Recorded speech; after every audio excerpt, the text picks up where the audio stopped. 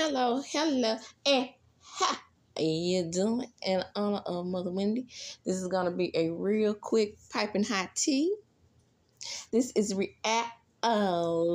with DVD. The tea is in the name, y'all. Come on in. As you enter into my house, hit the like button. Comment. I'll engage with you. Subscribe. I love it.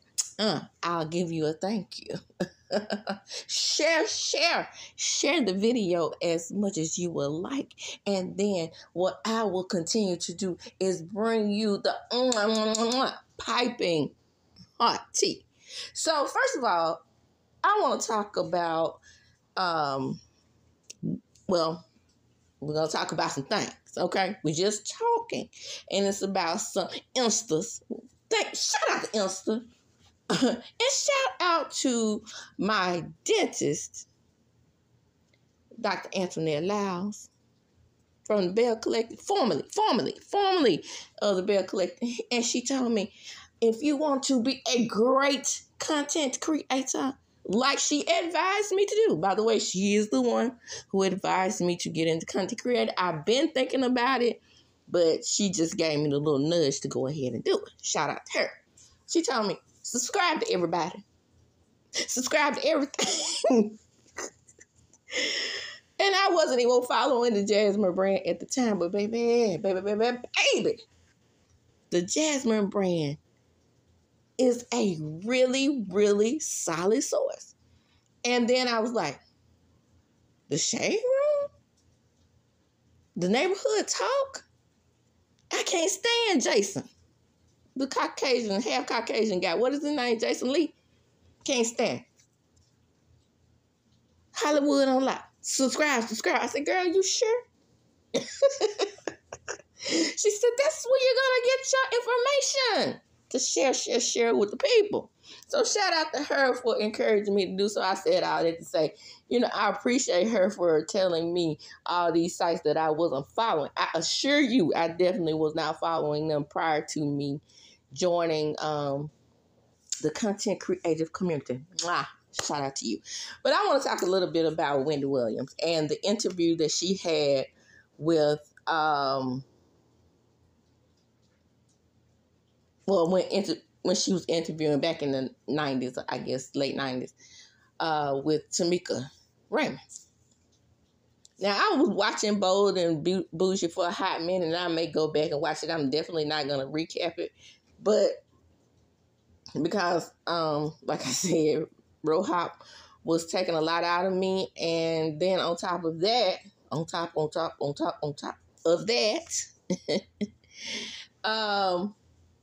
I had to realize that, and I said it before, that I could not recap every show that I like. And that's what made me realize that I couldn't, because I would be pressuring my favorite content creators to recap the shows that I want. Now that I'm getting requests for things to recap that my other friends are liking, and we are friends, subs, that they are liking, I'm like, oh, I'll try. I'll try to get to it. Because I really wanted to be that content creator that, supported the request. But, time does not permit you to recap, a lot of different things. Like I said, I'm barely getting any views on my recaps for Avid Elementary. But that is definitely a labor of love. But I said, let me get on back to the interview with TEMEKA RAYMOND and The Breakfast Club. Well, The Breakfast Club, when I turn on my radio, minding my own business, like I always do, taking my children to school, because that's the only time I'll catch The Breakfast Club. It's not like a must hear for me. I can't say see because we're listening, right? TEMEKA RAYMOND and Crystal was on the show, and I'm not going to spend a lot of time talking about Crystal, but my main catch was her, TEMEKA RAYMOND discussing Wendy Williams. So, now, most people know what Wendy is hitting for, right? Back in the day when she had her radio show. So TEMEKA decided that she wanted to be bad and bougie, pun intended, and go on her radio show. Now, let me preface by saying, if you go back and listen to the interview, you will clearly hear TEMEKA say that, oh, by the way, shout out to the people in Atlanta for dropping y'all asses. Y'all do drop the T, but it's becoming whack. Charlemagne. You all know Wendy Williams, my dear. And ever since that Tissa thing or Tissa, whatever it is, I've been giving you the side eye. That's another reason why you're not a must-see. And apparently the folks in Atlanta on 103.5, I think it was, don't think you are either. Okay? And they ain't going to try to send them the donkey of the day and drag them on your station. Child, bye. Back to the interview.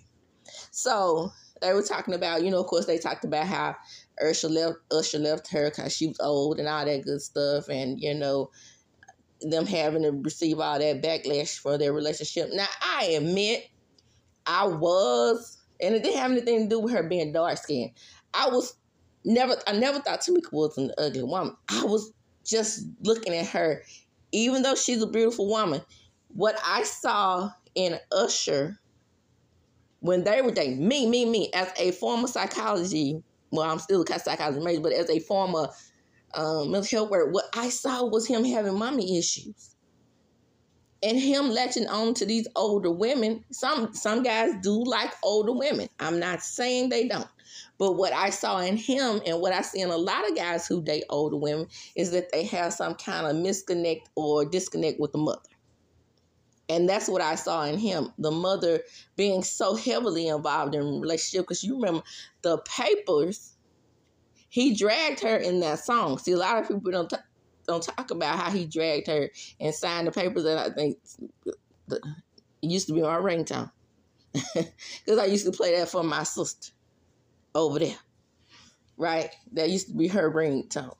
So I know a lot about that song, and I read a lot into that song. But, back to the interview at hand, and she's talking about how Wendy was, basically mean to her because she kicked off the show. Well, like I said, if you grew up in the 90s, she said she didn't know Wendy like that because they met in a hotel, but she had just heard about her because she was in California. Regardless, okay? You should have done your research. She was asking about who was gay and this, that, and the third, and Charlemagne, you was there, but you have evolved. And here we go with the bullshit about people dragging my girl. Now, that's what you're not going to do. Now, Mother Wendy,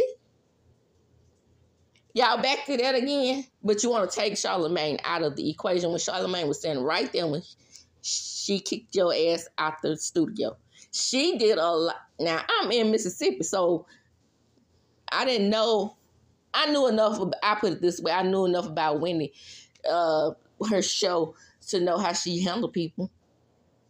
I knew that, like, every time a New York rapper or East Coast rapper was on TV, they mentioned her. So by the time she got the Wendy Williams Experience show on VH1, I knew exactly who she was. So you know what it's hidden for. So I would have kicked your ass out too.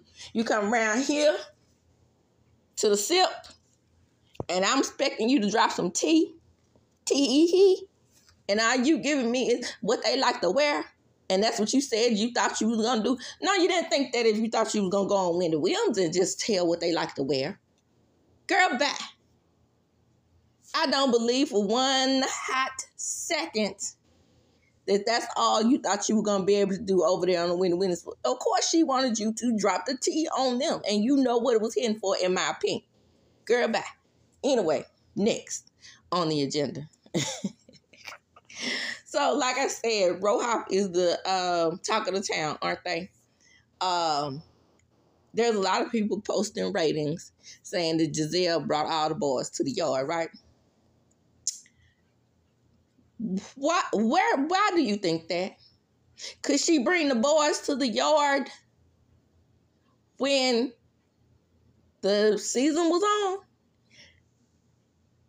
A lot of times, reunions bring in more ratings than the actual show. They advise them to turn up. And by the way, that's another thing we're going to talk about. Advise them to turn up. Apparently, everybody except Candiace. But that's neither here nor there. So of course they advised them to turn up. I mean, that's what it is. But it wasn't the Giselle show, was it? Not the way the majority of the people are dragging her. Now, we went around there to see probably what would be Candiace's last reunion for a while. And I say for a while because I think she's going to come back to the show at some point. And so whether she was fired or not, she has not handled herself like Nene, the biggest dog of the Real Housewives franchises. She didn't handle herself like that. So, I said all that to say, I think Candiace, they're going to be doing like Color Me Pink again.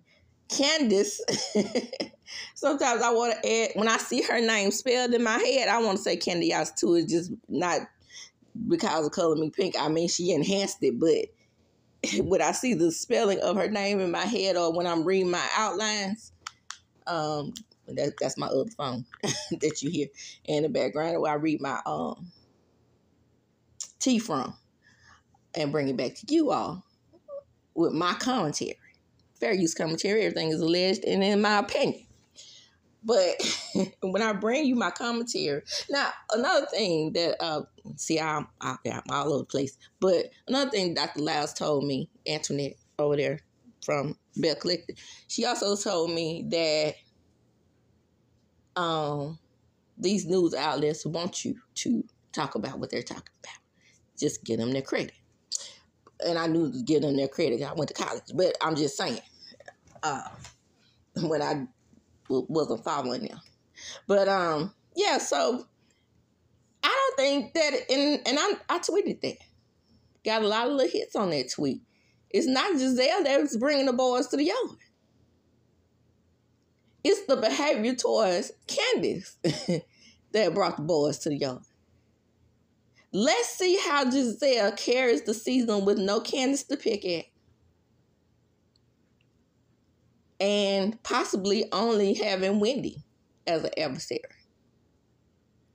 Let's see how she's going to bring the boys to the yard by how she handles Karen. Right? With this DUI thing. Let's see how Karen discusses the DUI thing. Now, I have said that that's the main reason why I will tune in to see how they're going to handle Karen with the DUI thing. The only person that may be honest with her may be Mia. And we all know that Mia is there for the check, right? Mia's not going anywhere. But can Mia, like Carlos King said, can she carry the show? I don't think so. Mia is the new Giselle.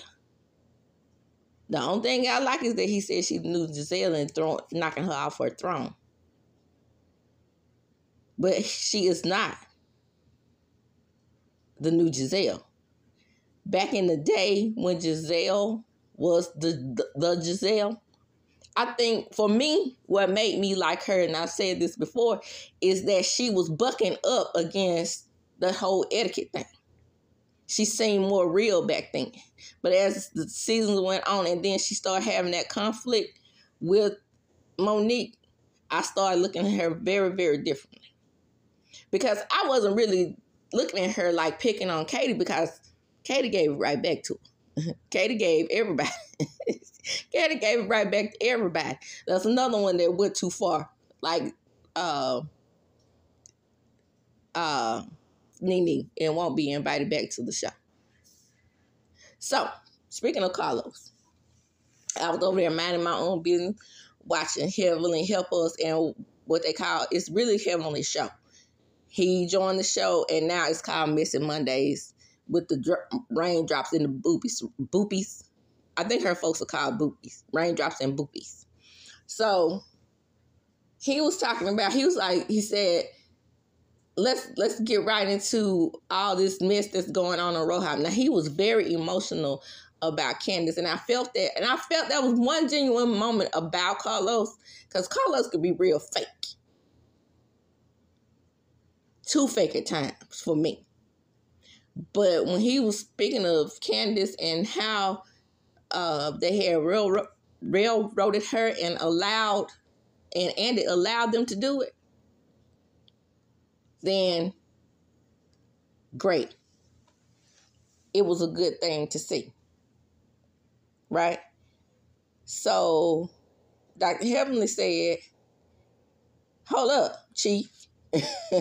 Before we get into the row house situation, Carlos, I heard you weren't paying them people but $2,500 over there on your show. Is that true, Carlos? He curbed her like a Mustang GT, going 80 miles an hour. I was like, what? So you're not going to address that? You're not going to address that and be messy on your show, Messy Mondays? When are you going to address those underpaid wages? Now, like I said before, I don't think he's paying Bell Collective and Love and Marriage Huntsville like that. Again, the show is new, and all the people on the show are new. So, what do you expect? Now, I don't believe that Monique was taking in about $3,500. I don't believe that. I believe Monique probably was getting about 5 to 10. And that's my word, and I'm sticking to it. Because Monique thought that her name, her fancy name from the Real Housewives of Potomac was going to bring the boys to the yard when it went to stole her thunder. But it was all that, as we talk about Monique, all that up on the bus throwing that she was giving Winter. Now, Winter, unless Winter's going to bring it on the next reunion, she seems out of touch with it. Now, we all know that she is indeed leaving, but I'm just saying she seems out of touch with the actual show at this point on the reunion. And just like Candiace was out of touch on the last 3 parts of the reunion. Wasn't, just really giving that much. Wasn't being her normal reedy self. And maybe, like I said, maybe Winter is going to bring it later on when she and Yusha confront each other. Because, say what you want to say about one of them. She got this sharp tongue, don't she? So, back to Carla. When he curbed her, it was so amazing to me that Dr. Heavenly let it go. She could have at least explained that sometimes when you enter the show, you don't get, hundreds of $1,000s or up in the high 5 figures, the 50 to 75,000. But in reality, like I said before, I do believe that the folks on Love and Marriage Huntsville, I think they're getting paid like anywhere from 30 to maybe 50 to 75. I think, especially Melody. I think Melody is getting paid probably about 75. I think Motel Hotel, he might be like 50, 60. Of course, they have a cap. This is more like a Black-owned network. However, it's more Black content. They don't pull in the ratings that the Bravo shows do, because you have a predominantly Black audience for you have to look at demographics. People just all the content creators, what we're doing is just throwing stuff out there and not thinking either. You have to look at the demographics. You have to look who you're playing to. You're playing to a predominantly Black audience.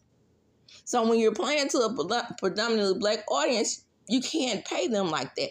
And probably I would say that the Caucasian people that watch Bravo, because they have a mixed audience, right? But the predominant Caucasian people that watch Bravo, they are watching the housewife shows. Because Summer, even though it's a great show, Summer House and Martha's Vineyard is pulling in about the same amount of range the Love and Marriage Huntsville does, or a little bit less. Look at the demographics. The Caucasian people are not watching Summer House like they watch the Real Housewives show. You barely have a mixed demographic over there on. And while I do believe they should get paid more than 3,000, 5,000, 10,000 tops for me on DC. Because you're not bringing in the ratings like that. And then you have to deal with Discovery Entertainment. Now, Discovery Entertainment, I think they can pay them more because they are majority owners of the show. But they have to look at their bottom line as well, whether they're a big juggernaut like Bravo or not. So I'm not going to compare salaries to Bravo salaries. It's foolishness. It don't make sense. The numbers don't make sense.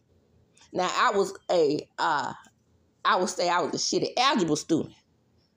But that stats that go along with psychology, I was all right with that. The stats and marketing that goes along with me getting my master's in mass communications, telecommunications, all right with that. So marketing deals with math as well. So I know how marketing works, especially in television. But back then, when I was working on my master's degree, we had just got into talking about demographics and how TV works and the audience that TV pulls in. So Carlos could have been very politically correct and said, first of all, Dr. Heavenly, I worked at Bravo, and I did. One of the greatest producers that ever came through the Real Housewives of Atlanta and the Real Housewives of New Jersey. A lot of people don't know he did New Jersey as well. However, and New Jersey wasn't getting ratings like that until the table flip. The table flip happened because of Mr. Carlos. I learned that because of his interview with Danielle Staub. So he could have very well explained that to Heavenly instead of curbing her. Because that, again, shows your weakness. That was a weak move by curbing her, and you thought you did something. But the weakness came in for the simple fact that you didn't address it, and had you addressed it, then you could have threw the numbers out there at her. Instead of sitting there looking like a fool, and now the whole internet is dragging your behind. I cannot stand Carlos because he is misogynistic. He let these men on his shows get away with all of that toxic masculinity. And it's foolishness. However, what I have to appreciate Carlos for is bringing us content for Black people. Having a majority Black cast.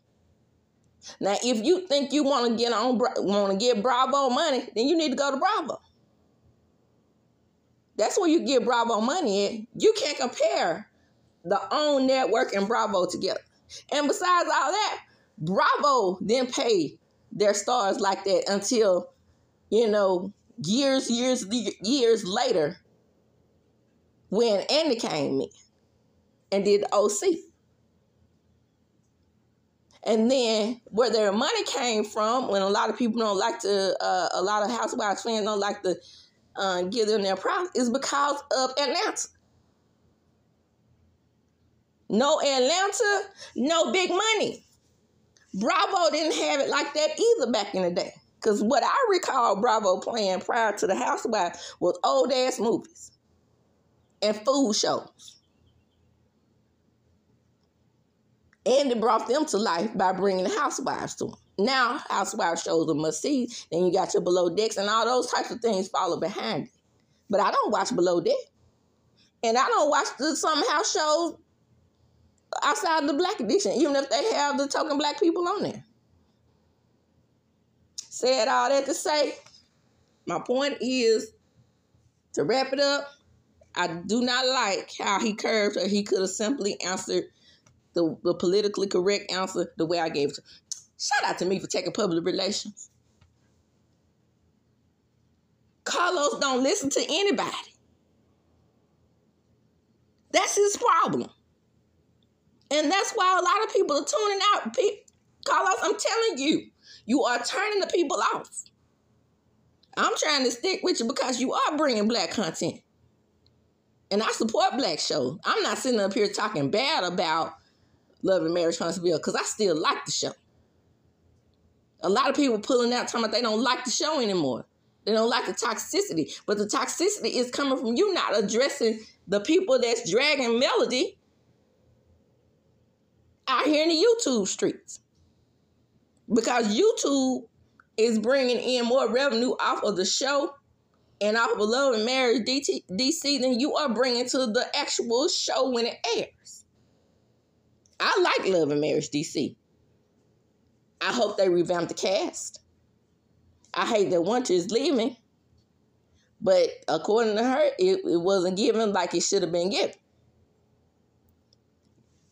Even though Ashley gets on my nerves and she's the mean girl and nobody likes her, well, you need your villain. But she's going to have to learn humility as well. That's one thing Nene had, except for when she came around the mountain and dissed the big dog. Dissing your co-workers is one thing, but dissing, because she used to love to diss Candy. But dissing your boss, the creator, the EP of the Housewives franchise, dumb move. Okay, now, moving right along. Talking about Candiace. This is supposed to be a quick Piper High Tea. Boy, when I get on these Piper High Teas and I start putting my commentary in it, remember, everything is alleged and in my opinion. Okay, now let's talk about Candiace and Bro Hop and the reunion.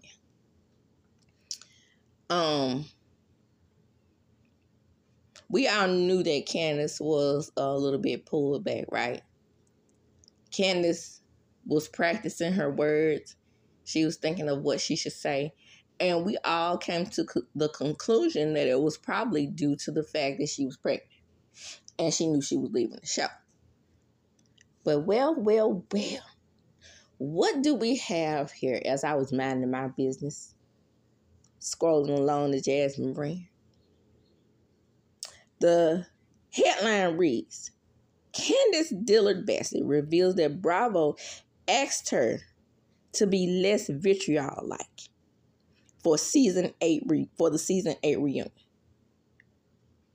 There were things I would have said, quote, that I didn't say because I was given those directives. Now let's unpack those directives. Giselle said, I was told that she would be talked to. So, being that they told her that, Candiace did pull back. And a few things stood out, right? It stood out that she probably was pulling back because of her pregnancy. And then it stood out that she was probably pulling back because, she was trying not to be the villain again, which is what I thought it was. And then we have this. Anything to protect Giselle, right? Because her biggest conflict was with Giselle. So now we have proof on paper and out of her mouth and out of Giselle's mouth technically. But y'all didn't stop her. Y'all let that green-eyed, roly-poly neck witch run all over Candiace. No protection. And that's what she meant. Excuse me. And that's what she meant when she said she didn't have protection. Did you tell Giselle that? Did you tell Karen that? Her mouth is her biggest weapon and she couldn't use it. That's another reason why she was crying. While everybody, where's your crying? Where's your crying? I would be crying too if I had to hold in all that animosity that I couldn't let go on that demon over there. All that built up animosity trying to make its way out, but I had to hold back. Because y'all doing exactly what she said that you do. Protecting her because of her proximity to whiteness. Because it ain't because she is the real star of this show. Because as Nene said, she is fucking starless.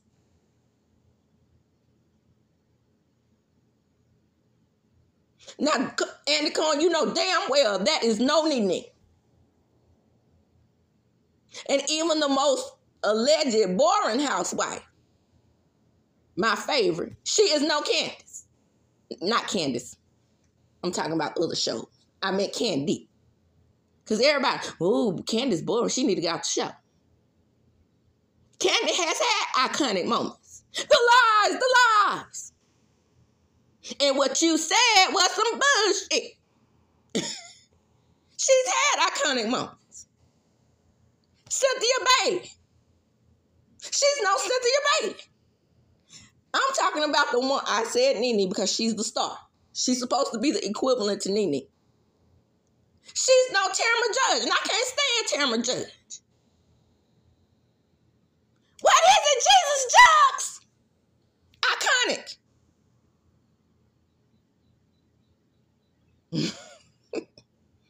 The table flip from Teresa. She had plenty of iconic moments, but that I can't stand Teresa either. The table flip. The going off with Joe and the fights between Joe and Melissa. Now, we all sick of that now. But this lady right here that you're protecting has not had one iconic moment. What she has had, though, is some allegations against people that should have had her ass locked up or at least fired from the show, like Phaedra. What she did to Chris is no damn different than what Phaedra did to Candy, in my opinion. But yet and still, she's on the show. Still. Not even a pat on the hand. And the only thing we can get out of y'all for her punishment is to have her ass sit in the second seat. That was it. This right here proves Candiace's point. Less vitriol like.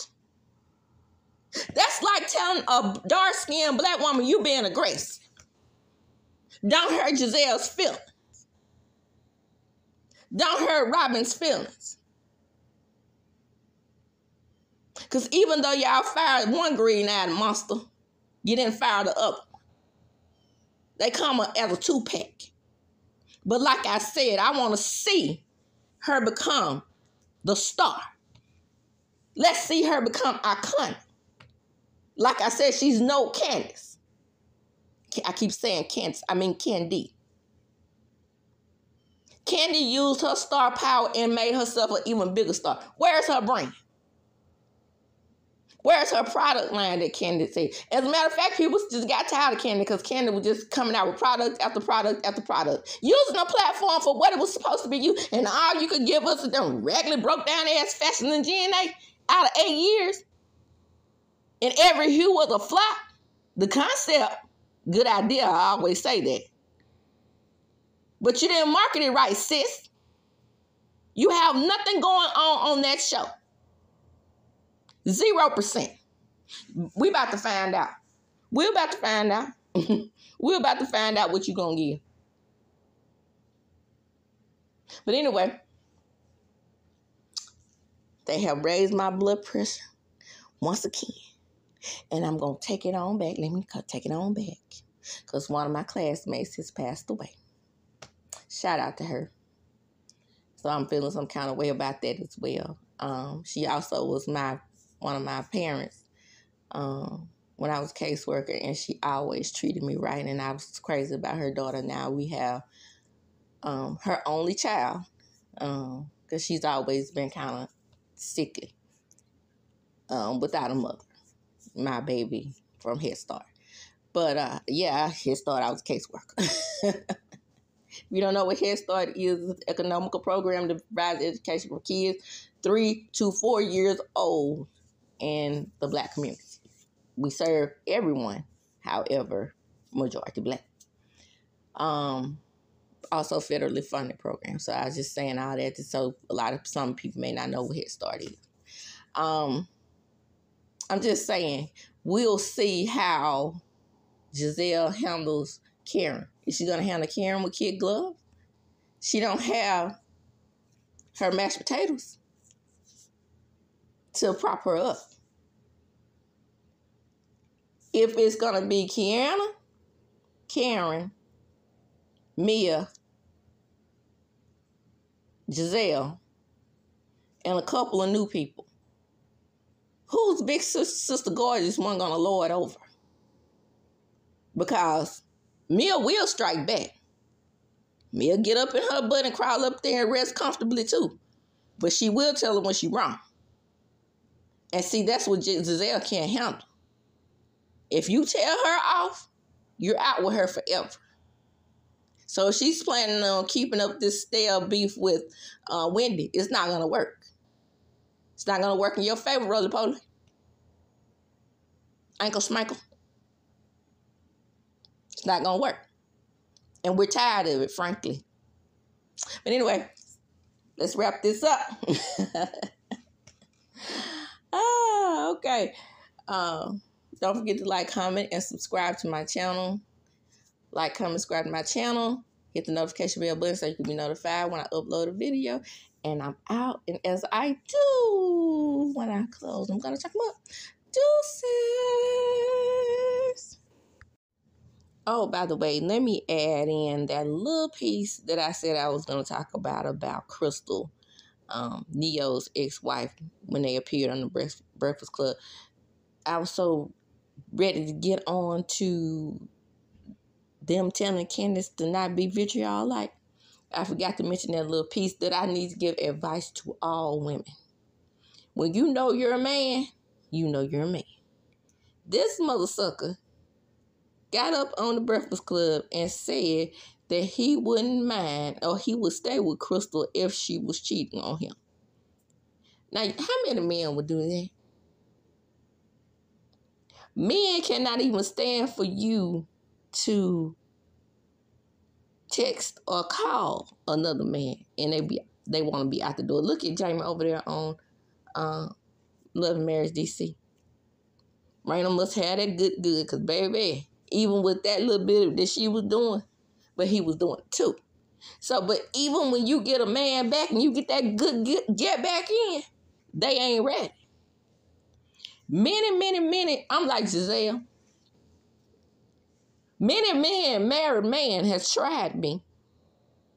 And when a married man tries me, I always ask him this question. How would you feel if your wife was doing the same thing that you're doing right now? They get the stutter.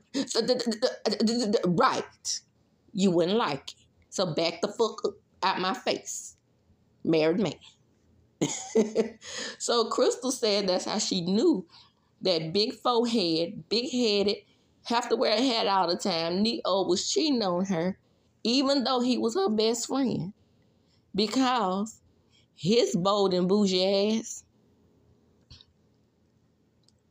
got on the Breakfast Club and said what I said he said. I wouldn't mind if she was cheating. So when she said that, she said she got the rumbling and rustling and tussling through that phone. And what did she find?